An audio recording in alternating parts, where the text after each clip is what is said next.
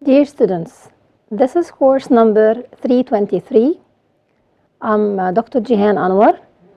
I'm teaching you this course for the second time, but I want you all to know very well that the material has changed completely. So if you have the material from last year or you've got the material from anybody, forget about it, even if I'm the one who gave it to the persons. Because today, this course, we have different material. The material is different completely. Now, in this course, we're going to study, as you know, literary texts. As Dr. Khulud did with you, you're going to study literary texts. We're going to concentrate on the short stories. We're not going to take a novel because there is no time to take a whole novel. We're going to take short story. And we're going to take a play, and we're going to take a poem as well. And what we're going to concentrate on, as Dr. Khulud did with you, is to get out the elements of something. We have to concentrate mainly on the elements. The first thing that we're going to deal with is the short story. I'd like you first of all to know that there are many elements of a short story. The first one is the setting. Then we have the plot. And since we have the plot, we have also a conflict within the plot. Another element is the characters. Then we have the point of view, and we have also the theme. So those are different elements of a short story and also of a novel. But I'm going to give you just a short story because there is no time to take a whole novel. I'm going to focus on the short story. And of course, these elements differ when we're dealing with a poem or when we're dealing with a play. These are concerned with the short story only. Now, the first element that we're going to deal with today is the setting. What is meant by the word setting? The setting is the time and the location, which means the place in which a story takes place. This is called the setting. For some stories, the setting is very important, while for other stories, it is not. But in most of the cases, nearly 90% of literary works have the setting as important, as significant. It has a certain meaning that we have to know. Now, there are several aspects of a story's setting to consider when examining how setting contributes to a story. When we talk about setting, we have to consider first the place. The place. First, we have to consider the place in which the story takes place. So, the place means a geographical location. Where is the action of the story taking place? Is it taking place in a house, in a room, in a garden, in a citadel, for instance, in a palace, in a hospital? Where is it exactly taking place? So, when I ask you in the exam to identify the setting of a certain short story, you have to identify the place in which the story occurs. Now, another point, which again is letter B in the setting, you have to mention when I ask you about the setting, is the time. When is the story taking place? The time here can refer to the time of day. Time of day means, is it taking place in the morning, at night, in the afternoon? Because this can have a certain significance. Or the historical period, which means in what decade or in what age is this story taking place, the events of the story. Is it taking place at the end of the 19th century, at the beginning of the 18th century, in the 16th century? When exactly is it taking place? Also, this includes the reference to the year. In which year did this story take place? So when I ask you to identify the setting of a short story, you have to answer the question mentioning the place in which the story takes, or place or in which it occurs, the time or when exactly does the story take place. This time, as I said, can be the historical period, the time of day, the year, etc. Anything related to the time. Now, I'd like to show you an example. I'm going to read you an example from a play entitled The Pearl by John Steinbeck.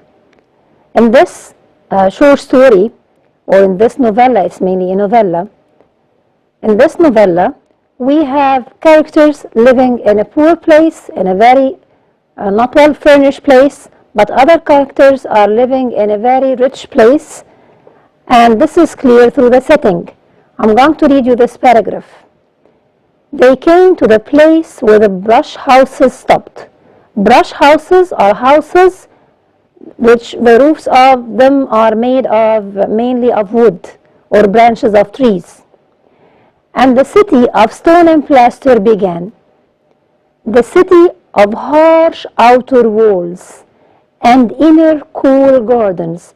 So they came to a place where the brush houses, which indicates that poor people live in it, stopped, and we have a new city, a place where a new city starts, a city of stone and plaster, a city that has walls, not wood as roofs, and inner cool gardens. They have gardens that are cool, where a little water played, and the bougainvillea crusted the walls with purple and brick red and white. They heard from the secret gardens the singing of caged birds, and heard the splash of cooling water on hot flagstones. Of course, this is not written in front of you. I'm just reading you something or part of this novella. As you can see through what I read, that we have different settings. They moved from a place where poor people live, where people who has no money live, and they went to a place where rich people live. And this is clear through the description of the place itself. We have references to gardens, we have reference to walls, we have birds as well, we have fountains of water. So I think that in this novella, the setting is very important, because the main theme of this novella is racial discrimination, which means how some people differentiate between the white Americans and the black Americans, how there were differences between them, how were they treated differently. Some of them lived a very poor life, they lived in poverty, while others lived in places where there are gardens and birds and so on. So in that case, the setting is very important because it sheds light on the main theme of the novella, which is racial discrimination. So in most cases, the setting is extremely important. It shows something about the short story. Then I will turn to the second point, which is the plot. First of all, I want to say that the plot is different from the story. What is meant by story? Story, when I'm relating the story of somebody, I will say something happens and then something else happens and the third thing happens and so on till the very end of it. The story means the events as they happen in daily life, the events as they take place in daily life. While the plot is a bit different, is you get the events from the story and you put them in a certain order. Okay, the writer or the author puts them in a certain order. For instance, I can be talking about or presenting an event in the present, and then I can go back to the past using a flashback technique, or I can go to the future using the foreshadowing technique. So the plot is the events, but not as they happen in reality, but as they are mentioned or presented in this short story. The author of the short story can change the sequence, the order of events of the story, and this is called the plot. The plot is how the author arranges events to develop his basic idea.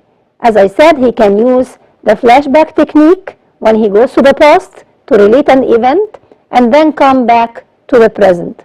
For example, if I get the short story written by Guy de Maupassant, it is entitled A Father's Confession.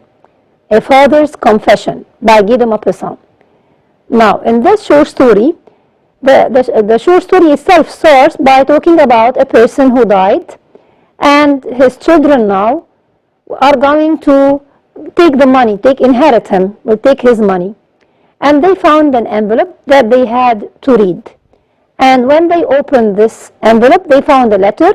This letter, in this letter, he related the story that happened with him in the past. He said, I was 26 years old, and I had just been called to the bar in Paris.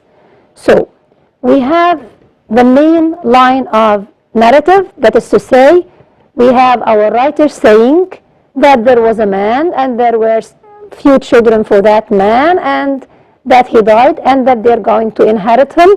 This is the story as it was going. And then we have the writer going back to the past, relating the story that happened in the past. What happened with that man? And we will learn as we read that that man had a girlfriend, a sweetheart, and he lived with her and he had a baby that his other children do not know anything about. So this shows how the plot is, how the author arranges events. He can mention things in the present and then go back to the past and then come back to the present again, which doesn't happen in real life. So it is the sequence, which is a very important word, or the order of events in a story or a play, a short story, of course, or a play, or of course a novella or a novel. The plot is planned, it must be planned. The writer must know what he's going to write at the very beginning and what is going to be written in the middle and what is going to be written at the end. And this, of course, must follow logic. Logic means what? Things that are meaningful, things that are logical, rational. So the plot has a beginning, things that happen at the very beginning of the story, of the short story, then things that happen in the middle of it, and then things that happen at the end of the short story. Usually, since it is a short story, it has one plot. It has one main plot, one main sequence of events. Sometimes we have more than one plot, but usually in a short story we have one plot. Why? To be able to finish reading this short story in one sitting, in one time. Now, there are 5 essential parts of plot. The first part of the plot is the introduction. The introduction is the first part of the plot. It means the beginning of the story, where the characters and the setting,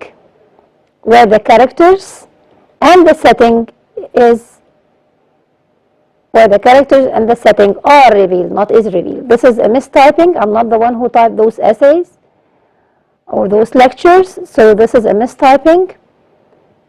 Okay, now, what is meant by introduction? Introduction at the very beginning of a short story or at the very beginning of a novel, novella, play, a piece of literature. At the very beginning of it, we have some information about the characters, about the place.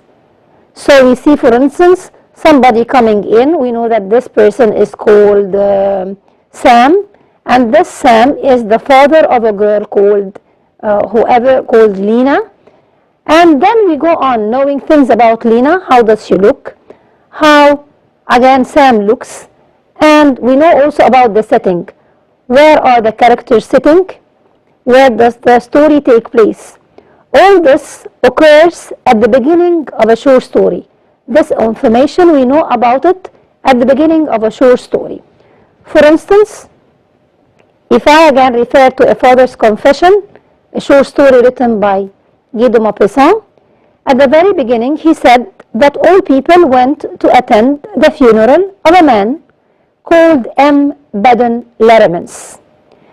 And then in line 4, he wrote, "An honest man he had been in all the known acts of his life, in his words, in his examples, his attitude, his behavior, his enterprises, in the cut of his beard and the shape of his hats. He never had said a word that didn't set an example." So, in that case, as you can see, we have information about that person who died. This is necessary information that has to be provided by the beginning or at the beginning of a short story. Information about the characters themselves. Here we have information about the main character of the short story. Even in the third paragraph, we have the writer saying, "He left 2 children, a boy and a girl. His son was Counselor General, and his daughter, having married a lawyer, moved in the best society of those years." So again, we know information not only about the main character, but about other characters as well, as we know that his daughter married a lawyer and his son works as a counselor. This is the introduction of a short story, the first part of it, the introduction of the plot, the first part of the plot in which we are introduced to the characters, the place in which the story takes place or occurs, and necessary events if possible. Then comes rising action. What is meant by rising action? Rising action means events that take place in the story. Things start to happen. First of all, we have things, we are introduced to characters. We have no action, but then we are starting to have action. This is where the events in the story become complicated. Things start to happen and actions or acts become complicated, and we have a conflict in the story. Usually we have a struggle or more than one struggle in the story. So events, rising action means or refers to the events that take place between the introduction that we talked about, and the climax, which is the highest point of action, the point in which things get complicated to a great extent.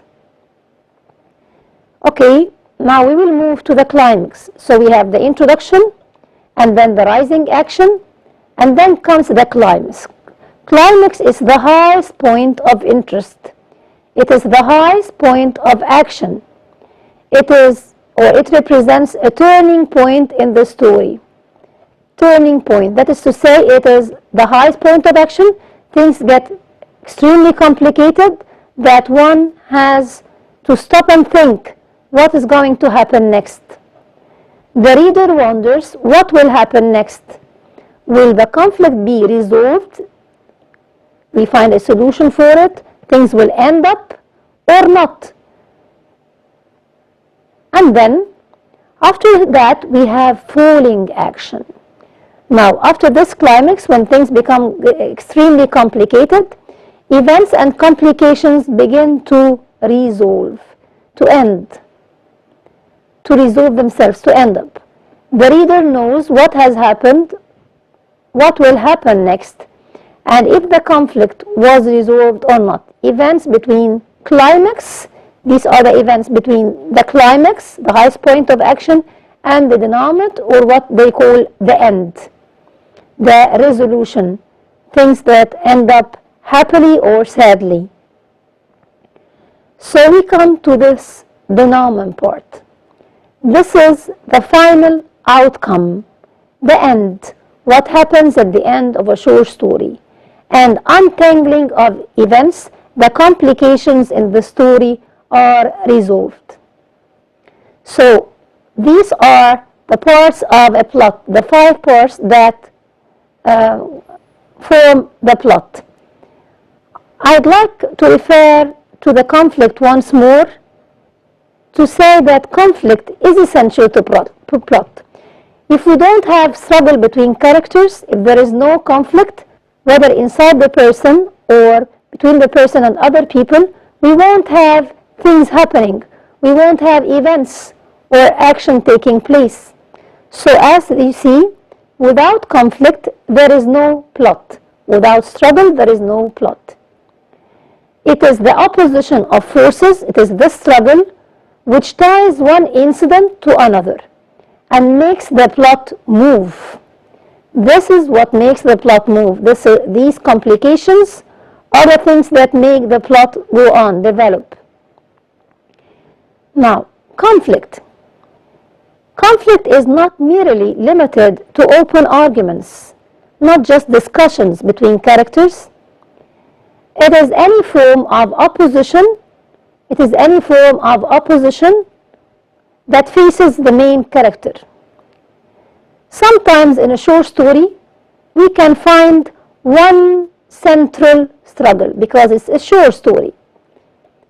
Or there can be one dominant or one main struggle with many other minor ones, a main struggle and other minor struggles.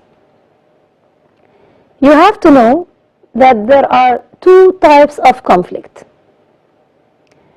The first type of conflict is the external conflict. One of them, the first type is the external. The second type is the internal. What is meant by external? It is a struggle with a force outside oneself, outside. That is to say, a struggle between the person and anything outside him, outside one's self. It is an external thing. But the internal struggle is a struggle within one's self, inside the person. It is internal, inner, inside the person. For example, when a person wants to make a decision or to overcome pain or quiet the temper or resist an urge, he faces an internal or an inner struggle.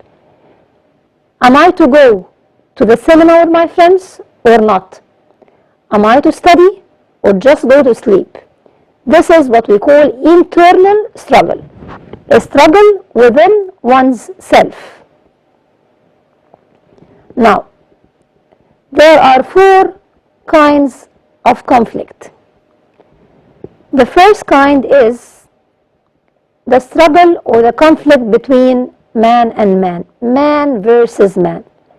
When I have, for instance, two persons, I have the father and the son, or the king and somebody else, and we have a struggle between them.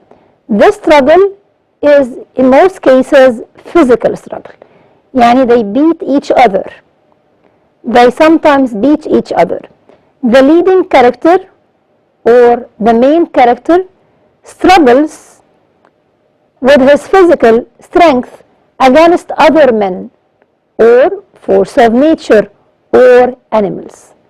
So this is what is called man versus man struggle. So man against another man.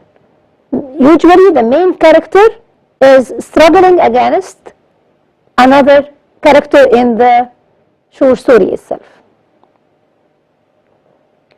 The second type is man versus circumstances. And this is a classical type. What is meant by circumstances? Circumstances means events that are taking place around the person. So the environment, it means the environment in which the person lives. The society, the things that happen to him unwillingly. Usually the leading character, or what we call the main character, struggles against fate or against the circumstances of the life facing him or her. For instance, a man who is born for a very poor family, you will find him all the time struggling against circumstances. He doesn't have money to learn, but he's trying to do his best, and he's working day and night to get money to learn because he's willing to be a doctor, for instance, or a professor. So this man is struggling against the circumstances, against the people around him, against the society that he's living in. What is happening to him? Now, we'll turn to the third kind of conflict, which is man versus society. Man versus society. This is a social conflict. Okay, somebody can ask me, so what is the difference then between man versus society and man versus circumstances? Circumstances are things or conditions that the person finds himself in. He found himself poor, living in a poor family, so he had nothing to do about it. When a person is born blind, so he has nothing to do about it. But when we deal with man versus society, the society is everything around the person. He can move from one society to another. He can, for instance, move from Bula, for instance, to Zamalek. He can move from one place, a bad place, to a good one. Or a good place to a bad one, if that one is better for him. So, again, it also means that this character struggles against ideas or practices or customs of the other people. For instance, in Egypt, as well as in other countries, people believe in superstition.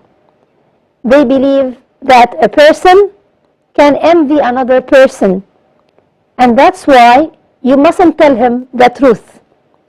This is, I think, is a bad custom, is a bad belief.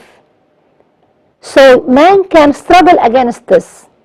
Again, if we have a woman who lost her husband or who got divorced, she's no longer married to the man she was married to. So how does the society look at this woman, for instance? Man here means human being. Doesn't mean man, not woman. Yeah. It means the human being in general. So this lady who is divorced, this woman who is divorced, or who lost her husband, has to face a struggle against the ideas found in the society. They believe that such women are not supposed to go out. They are not supposed to go to the cinemas. They are not supposed to be out late. They are not supposed to do many things. They keep an eye on them, and this is wrong. So that lady or that man has to struggle with the social ideas or practices or customs of the other people living in the same society. And then we will turn to another point, which is man versus himself. Versus means against, opposite. Man versus himself or herself, if we are talking about a lady. This is a psychological conflict. You remember what I said about the inner conflict? Something which is taking place inside the person. Am I to do something or not? Do I have to go to this place or not? Do I have to study or just go and sleep, as I said before? So the leading character, yes, sometimes characters struggle with himself or herself about taking revenge. Am I to kill that person or just forget about what he has done to me? So the leading character, usually the main character of our short story, he struggles with himself or herself, with his or her own soul. Ideas of right or wrong inside the person. Am I to wear a veil if I'm a lady or not? Am I to go out late or not? Do I have some physical limitations or not? Again, when somebody is making a choice, am I to join this faculty or not, this college or university or not. So this is an inner struggle, a struggle that takes place within the person, the individual. So I'd like you to look at the conflicts again from which people can suffer. The first one is man versus man, and usually this is physical, as you see people beating each other or quarreling in streets. Man versus circumstances. He is born to find himself poor, for instance, to find himself without a father, without parents, and he has to cope with it. Another point is man versus society, when things or beliefs and practices around man or in the society in which person live dictate certain things that you don't like. And then we have man versus himself or herself, which is an inner conflict. It is a conflict inside the person. Then I'll move to character. Now we've dealt with the setting and we've dealt with the plot. Let's move to the character. There are two meanings for the word. This is not world without an L. There are two meanings with an S and the word without an L. There are two meanings for the word character. Character as a word. What does the word character mean? The word character means the person himself in a work of fiction, in a piece of writing, in literature. The person himself in a work of fiction.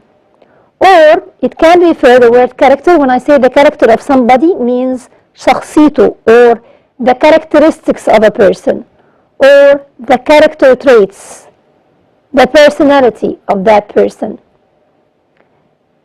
So the word character can refer to the person himself and to his personality or characteristics or character traits. Usually in a work of fiction, we have an antagonist and a protagonist. What is meant by antagonist and protagonist? Protagonist is the main character in the work of art, in literature. It is the main character, protagonist, the one around which the whole events of the story revolve. The antagonist is the opposite one, the opponent, the opposer of the protagonist. For instance, if we deal with a play like Othello, we have the protagonist, Othello himself, and the antagonist, we have another person who is the antagonist, and so on. But I'm talking now, I have to go back to the short stories. Now, usually in the short stories, there are few characters. Why do we have few characters?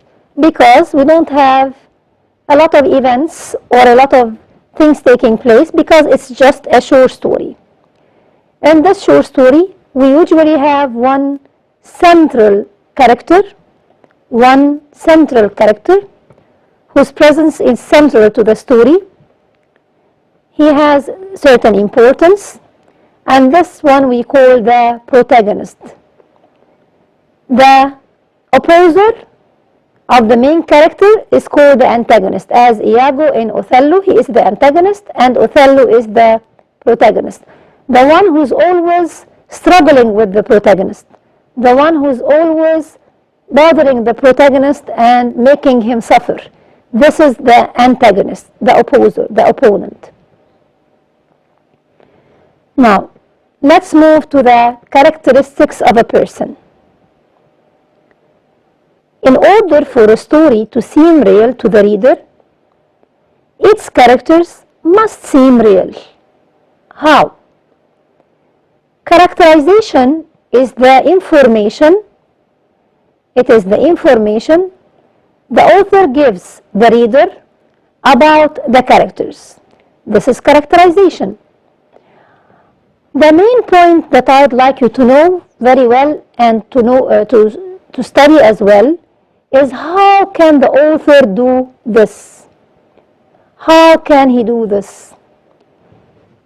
The author may reveal a character in several ways, and this is extremely important. This is very, very important when we're talking about characters.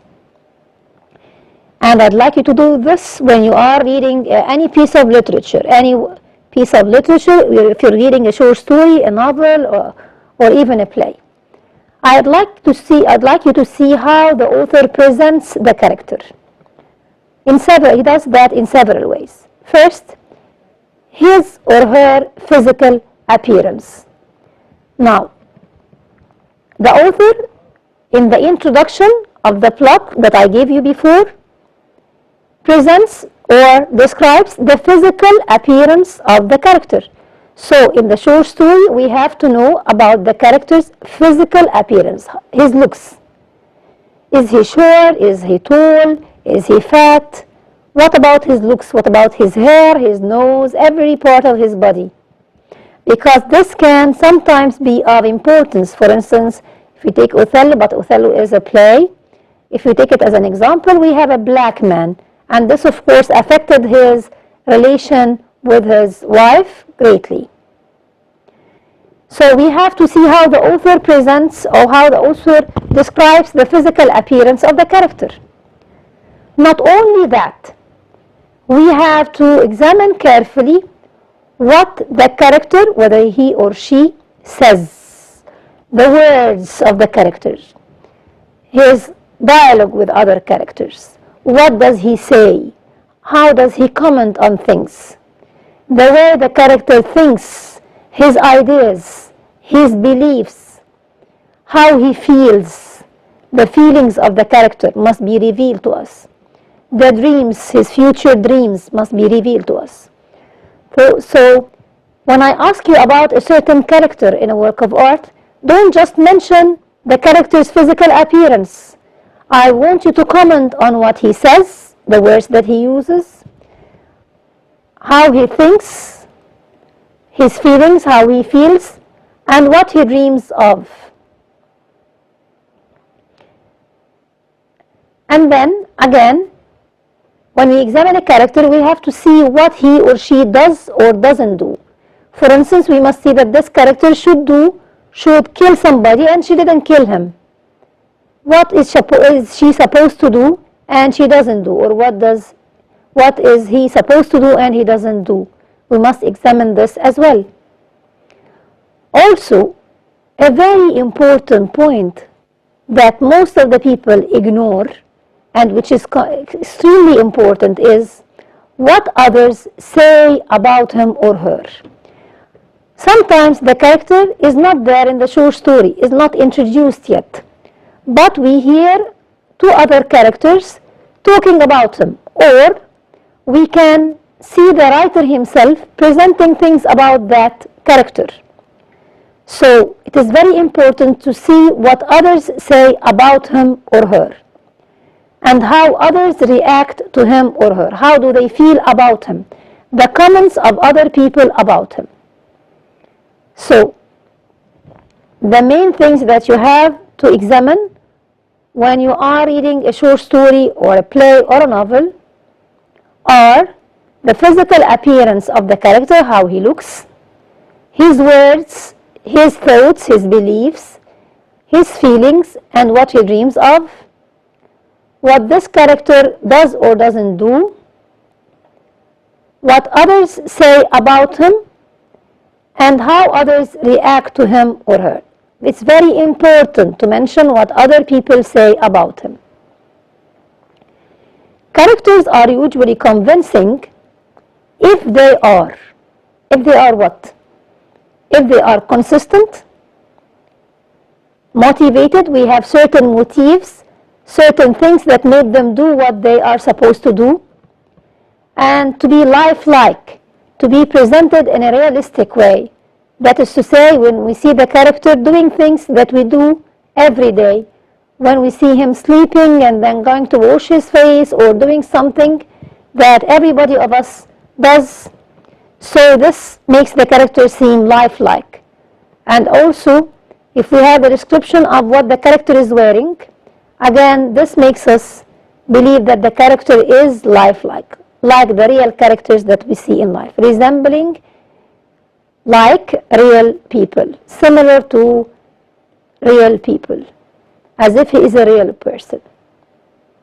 Now, characters. Characters are either round or flat. What is meant by a round character? A round character is a character who has a dynamic personality, who is a very active person, and who has a many-sided personality. He has many things about his personality that change, and this is very important. So the round character is the character who changes in the short story. He starts by being something and ends up by being something else. This change can be for better, he can change to the better, or he can change to the worse. But by the end of the story, he changes. He can learn a lesson throughout the story, and so he changes at the end. Or maybe he can face a disaster in the short story, a bad incident that can happen to him, and again he changes because of it. So what is meant by flat character then? A flat character is a character who never changes. He remains the same from beginning to end. He has, as you have in front of you, has not have, I'm sorry, this is mistyping. He has one or two characteristics or character traits that never change, and this is what makes a character flat. What is meant by a stereotype? He is a person who is a type, who never changes, remains the same from beginning to end. We can expect what he's going to do next. Now, as far as we've covered, we dealt with the setting, we dealt with the plot, the conflict, and the characters. Now comes the point of view. What is meant by point of view?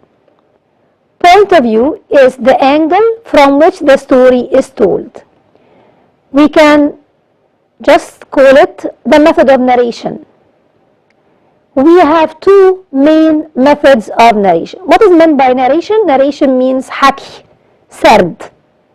So what about this method of narration? How does the writer narrate or relate his story? We have the first person method of narration. That is to say, the story is told by the protagonist or one of the characters who interacts closely with the protagonist or other characters, using pronouns like I, me, we. What is meant by that? The one who tells the story, the one who writes the story, the one who narrates the story, who tells the story, who relates the story, اللي بيسرد الحدوتة, is usually the protagonist, which is the main character in the short story, or one of the characters in the short story. So he is not only the narrator, he doesn't only narrate the thing, هو بس مش السارد, he is also a character in the short story. So that's why he refers to himself using pronouns like I, like me, and like we. The reader sees the story through this person's eyes, as he or she experiences it, and only knows what he or she knows or feels. I would like to give you an example before going on.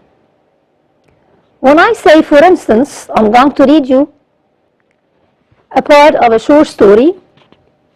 When I say, this is a short story, The Telltale Heart, by Edgar Allan Poe. He wrote, "It is impossible to say how first the idea entered my brain, but once conceived, it haunted me day and night. Object there was none. Passion there was none. I loved the old man. He had never wronged me. So here, who is narrating the short story? Who is narrating it? One of the characters. And in this short story, we have the main character or the protagonist. He is the one narrating the whole story. He says the story from his own point of view. And he is involved in the action of the short story. Okay, and then we will move to the third person method of narration. What is meant by the third person method of narration? It means that the author tells the story in third person using pronouns they, she, he, and it, and you as well. We know only what the characters know and what the author allows us or allows the character to tell us. That is to say, in the third person, the narrator is not involved in the events. He doesn't take part in the story. He is just the narrator, a Sarid only. But he is not involved, and that's why he gets us some characters like Sam and Lena, and he tells us what is happening. Sam went to Lena and they went together to somewhere, and then they met Bill there and they met another person called John, and so on. So he is not one of the characters. So the one who is narrating uses pronouns like they, she, he, or it, or you, as I said. We know only what the character knows and what the author allows us or allows the character to tell us. I'll give you an example. If we start saying, reading part of A Father's Confession by Guy de Maupassant, we will find the part that I read you a part of in the setting. I said, an honest man he had been in all the known acts of his life, in his words, in his examples, his attitude, his behavior, and so on. He left 2 children, a boy and a girl. They were so sad at the death of their father. So is the narrator himself one of the characters of the short story? No. He is just narrating things, telling us what others are doing, but he is not involved in events. Then comes the word omniscient. The narrator can be a first-person omniscient narrator, or a third-person omniscient narrator. What is meant by the word omniscient? Omniscient is the all-knowing narrator, the person who knows everything about the characters when writing about them. How can we know that this person is an omniscient, or the narrator here is omniscient? We know this through the details that he mentions about the characters. Usually this omniscient narrator is able to give us information about the feelings of the character, how the character feels, what he thinks of. So his thoughts, his feelings, what made him do this. As if he delves deep, he goes inside the character to tell us things about him. Then comes the theme, and the theme is the main idea in the short story. The title of the short story usually tells us something about the theme, and the theme can be, we can have more than one theme in a short story or in a novel. We can have more than one theme, but the theme means the main idea. What is the whole story about? So these are the elements, as you have seen, these are the elements of a short story, and we are going to examine a short story together to be able to point out those elements and to comment on them And somebody can ask me now, am I supposed to study this by heart? No, you are supposed to know things, to understand what I gave you only. It is not important to memorize things by heart, to study things by heart, to memorize things. It is important just to understand what I said, because we're going to apply this on our short story that we're going to take in the coming lecture. And thank you very much for today.